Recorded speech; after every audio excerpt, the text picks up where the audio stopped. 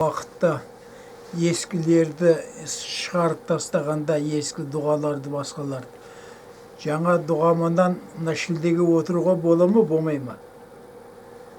Бұл жерде дінді қиындатпаңдар деген да. Әр заманның өзінің қағидасы болады, өзінің тербеліс жиілігі болады. Бұны жоққа шығармаймыз. Бұрынғы заманда әртүрлі дұғалар болған, үйреткен шығар. Оны біз енді мынаусы дұрыс, мынаусы бұрыс етуге біздің хақымыз жоқ та. Сөйтіп Құранды ескерткен Ыбырайымның ұрпақтарының құлшылығы өздеріне, сендердің құлшылықтарың өздеріңе деген да. Демек ол Ыбырайым пайғамбардың кезінде оның өздерінің бір құлшылық ерекшеліктері болған ғой. Амалдары болған. Ал енді қазіргі заманда ол бөлек. Сондықтан бұл жерде мынандай былай қыл деп айтып, оны сосын мен істемеймін, сен де сондай істе дегенге ол да оған. Біз кітап ашылып жатыр. Кітап ашылып жатыр, яғни бізге кітап оқылып жатыр. Сол кітапқа жалғануымыз керек. Сондықтан сізге сіздің өзің тағдырыңызға байланысты өзің беретін деректер бар. Мынаны істе деген. Сіз оны ешкімге айтпайсыз, соны істейсіз. Оны мақтан қылмайсыз. Мен мынандай қылмын, сен де былай қылыңдар деп. Себебі мен өзімнен аламын да. Жасырын өзіңіз тегі болады. Жалпы енді бүкіл ойынша кітап жазылды, ата жолының. Кітабын жазылды, бекітті. Сосын намаздарын бекітті. 4-ші, 5-ші күні ауыз бекіту керек. Нәпілді оқылу керек, ол шүкір болады, және тәубе не болады. Шүкір намазы болады, тәубе намазы. Шүкір намазы түнде оқылады. Тәубе намазы екінті менен ақшамның арасында оқылады. Оған 10 фатиха, 10 ақылас, тәубаға құрайш, деге шүкірге філде. Осылай бекіді. Айдың десіне жаңаруына, айдың жаңаруына 2 күн фатиха ақылас 70-70-тен оқылу керек. Ол бекіді.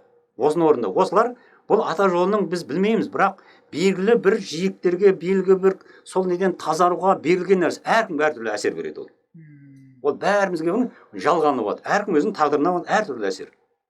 Сосын айдың толуына ауыз бекітеміз де, қандай жағдайда болсын ауыз бекітіп, сосын ай толғаннан кейін толған толықты 14-ші жұлдыз болады. Сонан кейінгісі сол 15-не қаран түннен бастап нәпіл оқиды.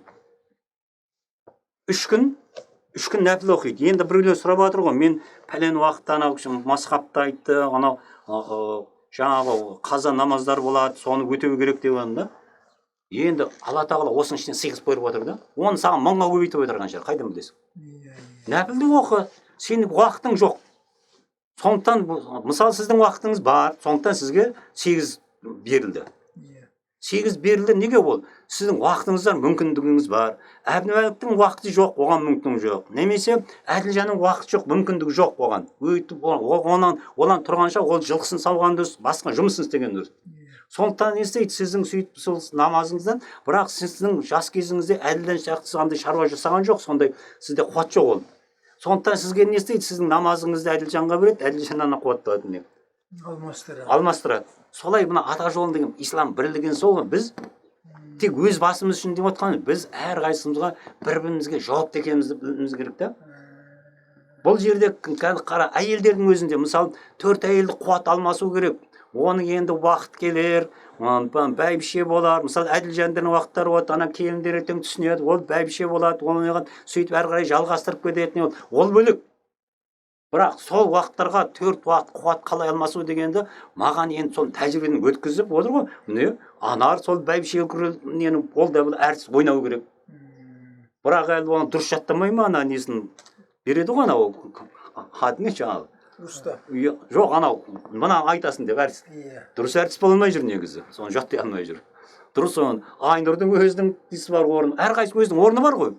Соның орныңызды енді мысалы қанша жүздеген қантынеғамен анарға енді қайтана жас болып ана істерін атқылмайды. Жас кезіндегі атқармаған істері бар шығар. Жас кезінде соны ана қанипадан бере салады. Бұл енді бала өсірді, оны тәжірибесі оны қанипаға бере салады. Солай алмасады. Айнұрда да сондай. Соны бір-бірімен 4-еу алмасады. 4 қуат теңеледі. Сонда әрқайсында бүтіндік болады. Сонда мына кімде анарда сол Қанипа сияқты сөйтіп өсіп ана бір неған сол дәрежеге беріледі де, Айнұрда сондай болады, Қанипада да сондай болады. Ертең бір-біріне осылай қалады да. Ертең бұны түсінгеннен кейін, мысалы Әділжанның сол келіндер ертең бұны өздері соны Үлгіш болып шыға келеді. өздері соны атқарып, өйткені қана көлеңке не қылады. Бұл қазаққа беріліп жатқан, бұның ар жағында онан да зор құпия тұр да, діл деген. Діл дегенді біз әлі білмейміз әлі. Діл дегенді білетін, ол Тоқаевтан бастап бірде-бір әлемде діл дегенді біліп, соны орнына қойған адам жоқ. Шумердің жазбаларынан шығып жатыр ол. Ол кезде болған. Бірақ қазіргі замандағы қазақта 107 санды, 47 санды тіл деген тұр деген, осыған ел біліктер мақтан қалайда бұны ғылым мектебін ашуға болар еді ғой. Қазір сөз түзелмей, ел түзелмейді дейді. Қазір мен 100 жерден анау әлемді жинақ қой, жиналыс қол, құрылтай қол, сөз түзелмейді. Ана ата заңның өзінде қате. Біз зайырлы мемлекетпіз деген. Ертең оның өзі масқара ол.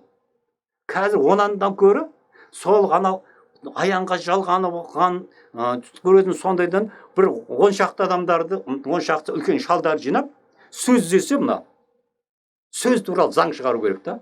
Мына сөз заң бойынша оның ұғымы мынандай. Тек дегеннің ұғымы ол ана отты еп тапсаң сен текті болмайсың. Онан сен қазіргі мынау сол не дейді жаңағы кекшілдік деген ол құрт іште жеп атқан. Сен біреуге кекшілдің ол ішіңді тырнап жей береді, сенен қуаттала береді. Кектендің дегенше бітті, сенен барлық қуатты ол жейді. Өмір жасың жек қояды, жаның жек қояды. Қазір қазақ халқы іштен желініп жатыр, іріп жатыр. Оның бәрі кекшілдік. Кекшілдікті таратып жатыр. Ана Назарбаевпен кектендіріп қойды, ақшаң бәрі. Вай, Назарбаев сенің ақшаң қалтаңа түскен жоқ қой. Мен осыны талай айттым. Алса ала берсін. Құдай өзі біледі ғой. Менің қалтамнан алған жоқ қой. Оған солай несібесін берді Алла тағала. Барлық нәрседе ол бәрі түбі ол жиналып жердің бетіне ешқайда кетпейді ғой оның бәрі.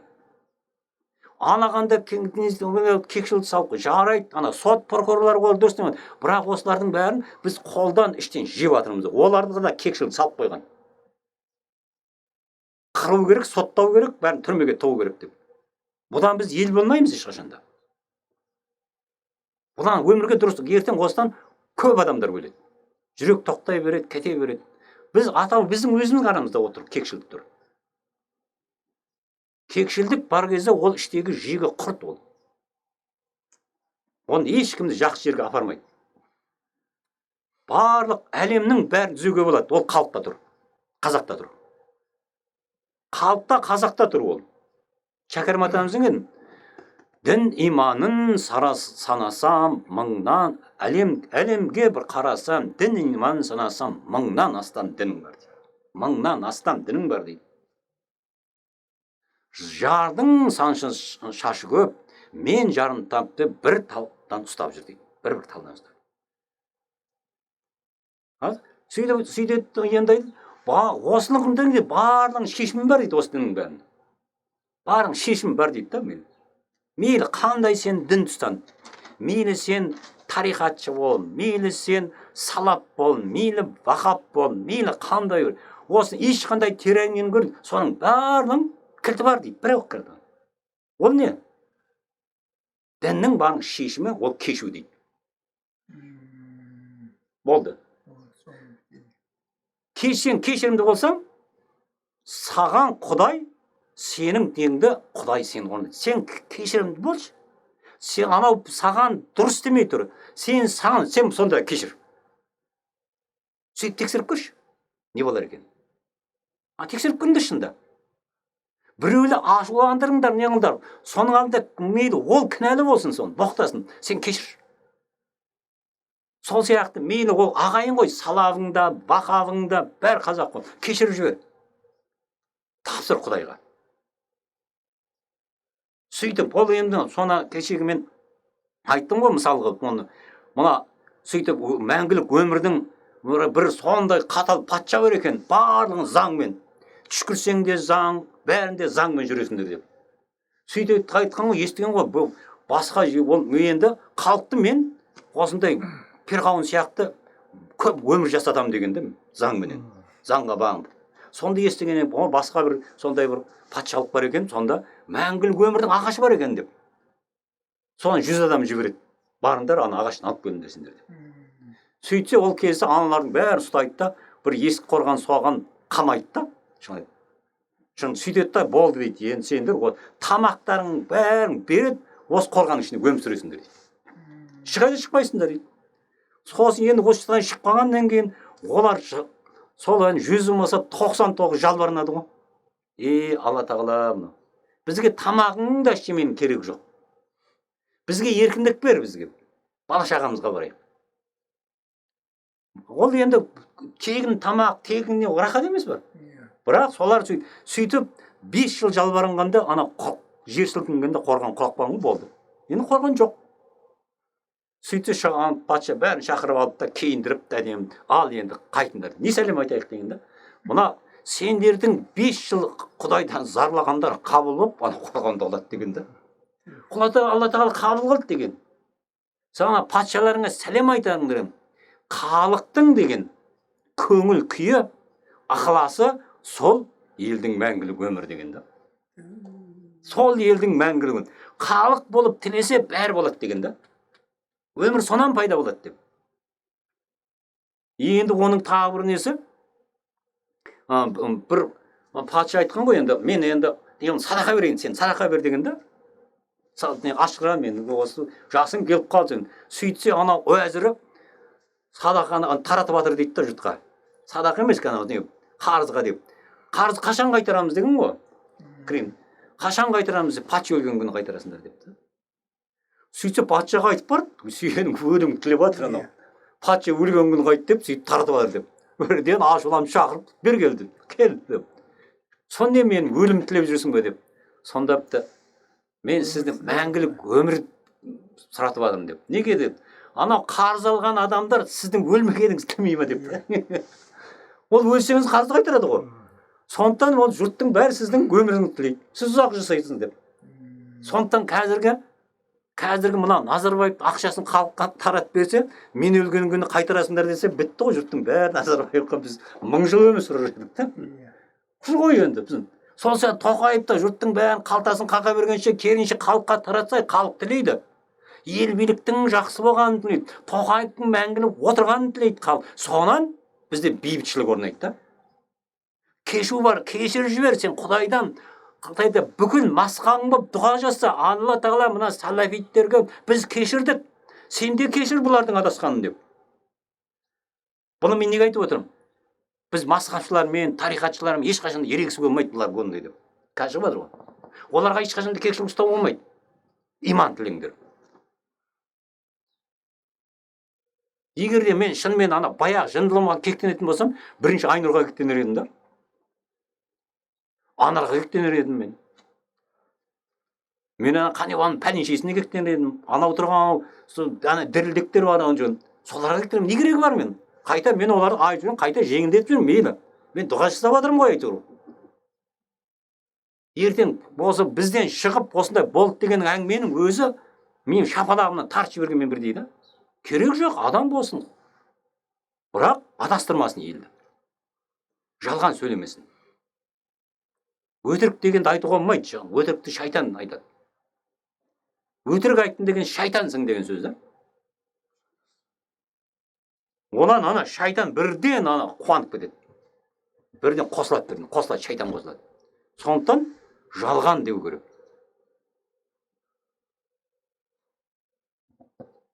Сол жүрген жоқ қой, Гүлзиядан бір емес, екі рет қаншама беріп біргінді қашып кетті. Кектенетінен ғой. Қайта мен осы Гүлзия, сен оң жинап қойған шығар, кел енді.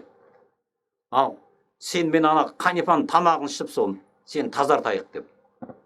Неге? Ертең болашақ, оның бәрінің қайтуы бар. Құдайдан қайтады. Құдай бәрі есебін береді. Сондықтан маған қазір бірінші біздің өз арамыздағы айтылып жатқан, мен сынасам, оны мен бір жоғалту үшін, кекшілдік үшін сынап жүрген жоқпын. Мен оларды ең болса түзелсін деп. Сол ана райхандарды соңында тұрғы ата бабасынан бұрған бір қасиет терістеліп кеткен. Зуылдатып отыр, олай бола бермейді. Зікірдің өзінің қағидасы бар. Мен айтпасам, ертең басқалар айтады ма? Әділ жандар келе жатыр, ертең шығады бұлардан. көр, ертең осы бір 40 күннен кейін өзгеріс, біраздан кейін көр, шамалы жүрсін. Себебі неге? Бұл қанша деген өзінің малын алып келіп, жұртқа әйтеуір таратып жатыр ғой, сауап қойып. Мен ана Гүлзаға сен құста дегенде, сен сол баққан құстан жұрт мейлі ақшаңа сатқан менде сол арқылы дем салатын шығар.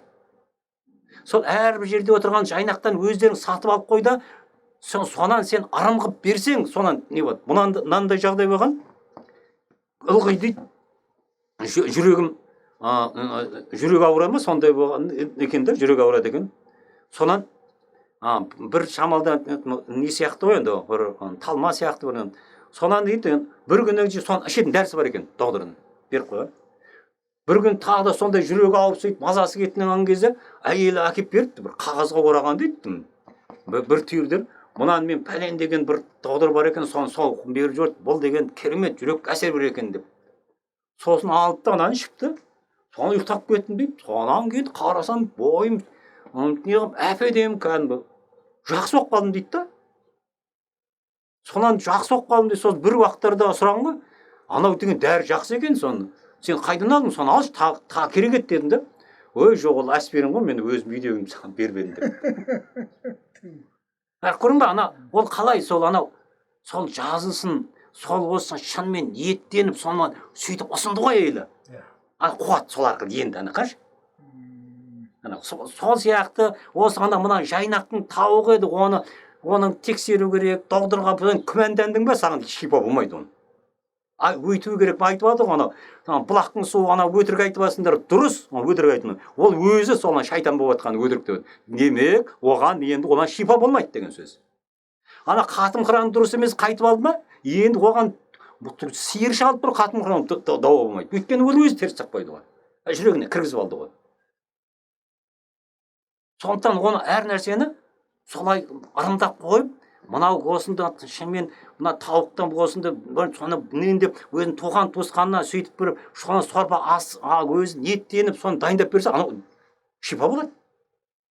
Себебі неге? Алла тағала ата бар уақытты соның несі арқылы енеді.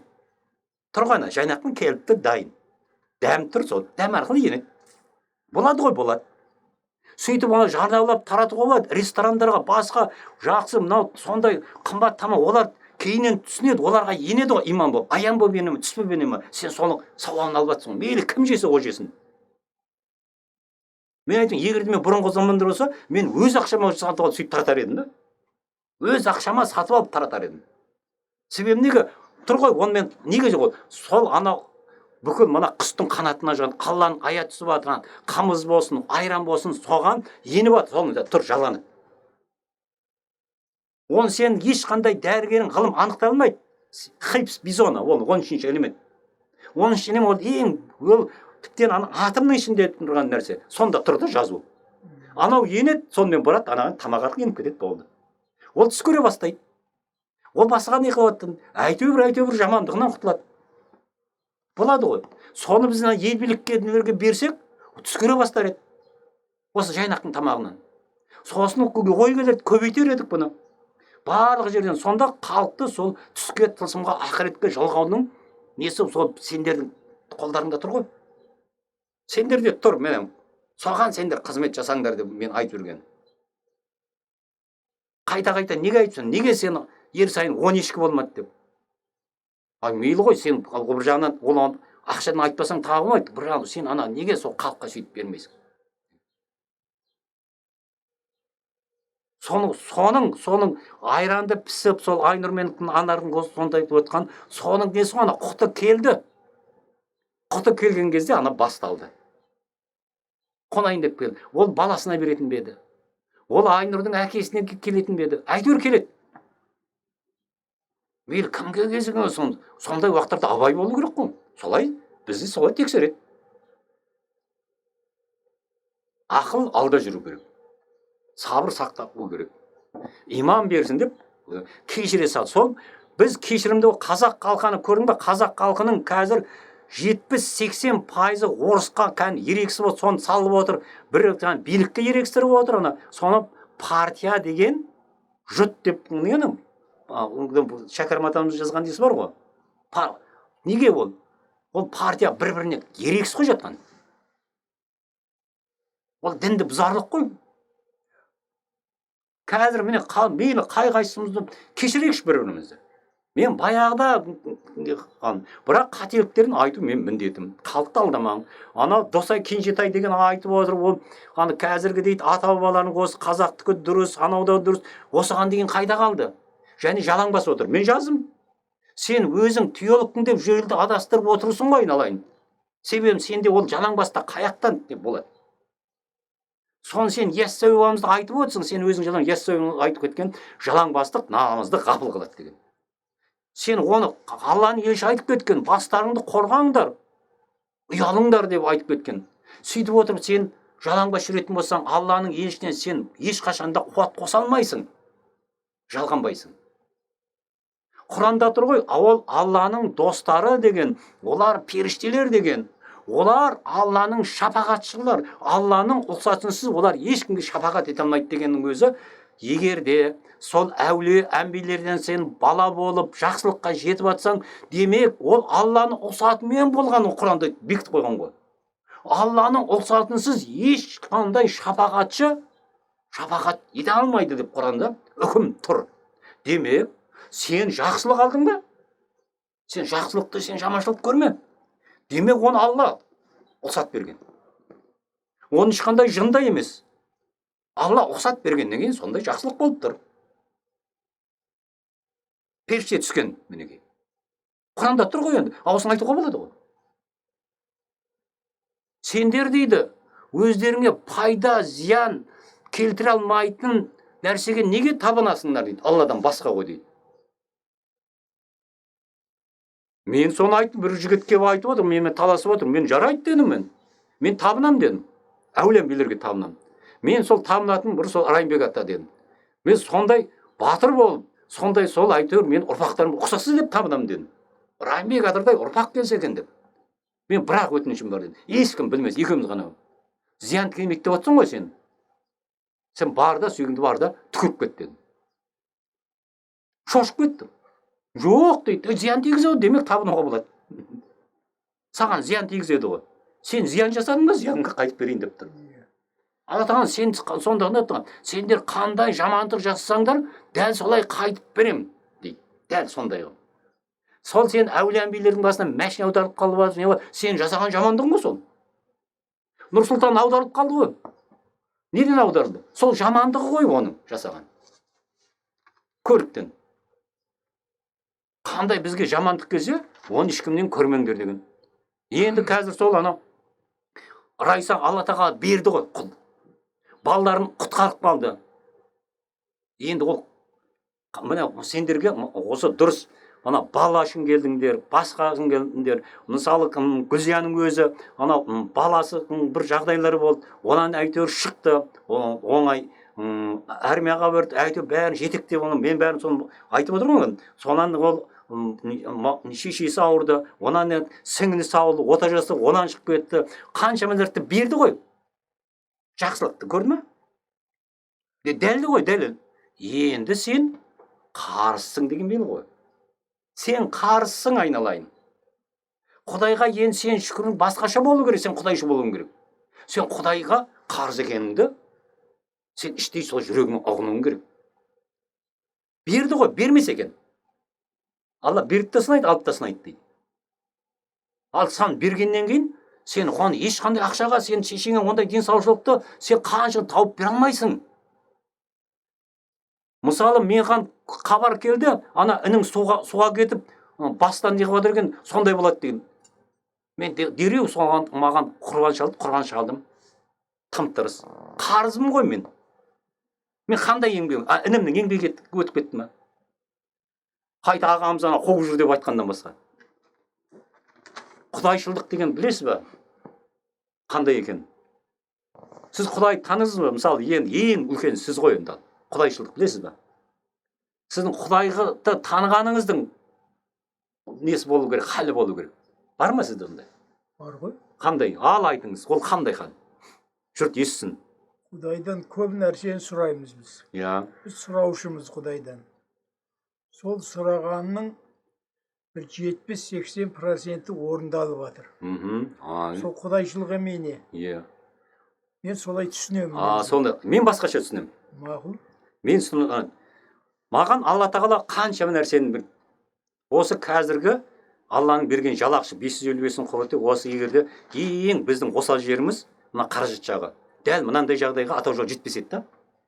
Ұйымдастыра алмас еді. Мына айту қатым құран менен Алла тағала тазартып беріп отыр. Ол енді оған қатым құран осындай бір қатым құран шығартқан адамдардың өзі қарыз. Ол 21-ге татымайды. Біреуіне денсаушылық беріп жатыр, әйтеуір беріп жатыр. Аян көріп жатыр, сен ештеме ақшаны сатып алмайсың. Сол сияқты маған беріп қойды, қаншама нәрсені беріп қойды да. Мен бұны енді құдайым болып, мен құдайшылығым демеймін. Мен ұялам. Себебі неден? Мен лайық емеспін ғой. Шынымен мен лайық емеспін оған. Мен құдайдан оңаша ұялам. Намазда отырғанда кейде жерге кіріп кете жаздаймын. Мен кіммін? Соншама нығмет беретін дейді. Міне мен құдайшылдым. Мен оған лайық емеспін. Қаншама қараш, қаншама адамдар сыйлат қойып отыр. Қаншама білімді беріп отыр. Сөйтіп отырып, мен деп айтуға мен қақым бар ма? Кім берді бұны? Құдай берді ғой. Кімде-кім құдайшылдық болса, міне осылай болады бұнда. Ол өзің қарыз екенін түсінеді. Ол өзің ешкім емес екенін түсінеді. Мен Құранды оқып отқан кезде мен өзім ешкім емес екенін түсінемін. Себебі мен араб тілін бұзып оқып отырмын да. Сонда да қабыл болып отыр. Мен біреуге дұға жасаған кезде сол орындалған сол кезде мен түсінемін. Ешкім емеспін мен. Дәл оны сол орындалатындай мен түк істеген жоқ. Міне құдайшылық деген. Сөйтіп ойланып көріңдерші. Ойланып көріңізші әуелі. Құдайдың әуелі не бергенін түсіну керек ол үшін ақыл болу керек. Соған сосын барып өзің қара, сен лайықсың ба, лайық емессің ба? Құдайшылық деген сол мінекей. Құдайшыл болыңдар дейді. Қаншама нәрсені денсаушылық. Мен қарап отырып, ана інілеріме қарап, қасында тұра алмаймын мен. Ауылға барғанда інім қасында тұрамын. Бірінші бір ініммен амандасады, ассалаумағалейкум деп. Сосын мен амандасады, сосын інім қарап, інің ба дейді. Оны шошып кетеді. Жоқ, ол ағам ғой дейді. Ыңғайсыз болмасын, мен ондай жерге барып тұрамын да. Бөлек. Соны кім берді маған? Мен соны сол мәшін жөндеп, бір сөйтіп, біреудің рахметіне сөйтіп таптым ба? Жоқ.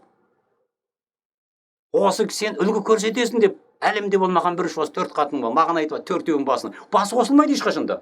Егерден 4-еуінің тең болмайды, өйткені 4-еуінің орны 4 миллион болса, қаяқтан тең болады? Алланың аятының өзінде тұр ғой.